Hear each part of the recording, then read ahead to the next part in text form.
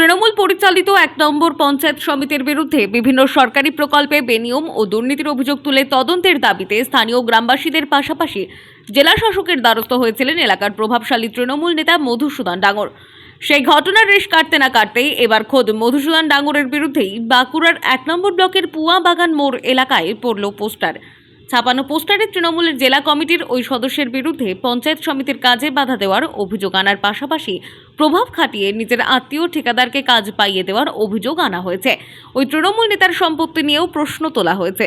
পোস্টারের নিচে লেখা রয়েছে, মা মাটি মানুষ জিন্দাবাদ, তৃণমূল কংগ্রেস জিন্দাবাদ। পোস্টার নজরে আসতেই কেউ বা কারা ওই পোস্টারগুলি ছিঁড়ে ফেলে দেয়। স্থানীয় পঞ্চায়েত সমিতির সভাপতির দাবি, এ ধরনের কোনো পোস্টারের খবর তিনি জানেন না, তাই তার বিষয়বস্তু নিয়েও তিনি কোনো মন্তব্য করতে চাননি। অভিযুক্ত তৃণমূল নেতা পোস্টারে থাকা সমস্ত অভিযোগ উড়িয়ে তার দাবি, তৃণমূলের গোষ্ঠীদ্বন্দ্ব নয়, ওই পোস্টার দিয়েছে বিজেপি। অভিযোগ উড়িয়ে বিজেপির কটাক্ষ, সরাসরি বিভিন্ন প্রকল্পের কাটমানি নিয়ে তৃণমূলের দুই গোষ্ঠীর বিবাদেই এমন পোস্টার যুদ্ধ শুরু হয়েছে। তবে বিজেপির দাবি, পোস্টারে তোলা সমস্ত অভিযোগ সর্বৈব সত্য। লাল তৃণমূল সবুজ তৃণমূলের মধ্যে একটা ঝামেলা চলছে, সেটা নিজেদের কাটমানির জন্য চলছে।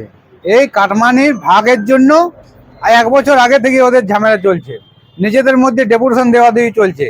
আজকে অপর গোষ্ঠী এক অভিযোগ করছে, তারপরের গোষ্ঠী আরেকটা অভিযোগ করছে।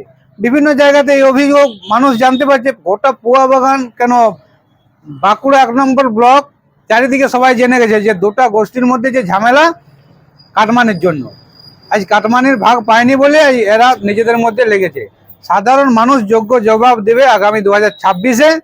সঠিক অভিযোগ যা লিখেছেন, ঠিক অভিযোগ লিখেছেন, এবং অপর গোষ্ঠী যারা লিখেছেন তারা নিশ্চয়ই জানেন যে উনি কি করছেন, সেই জন্য এই কাজটা করেছেন।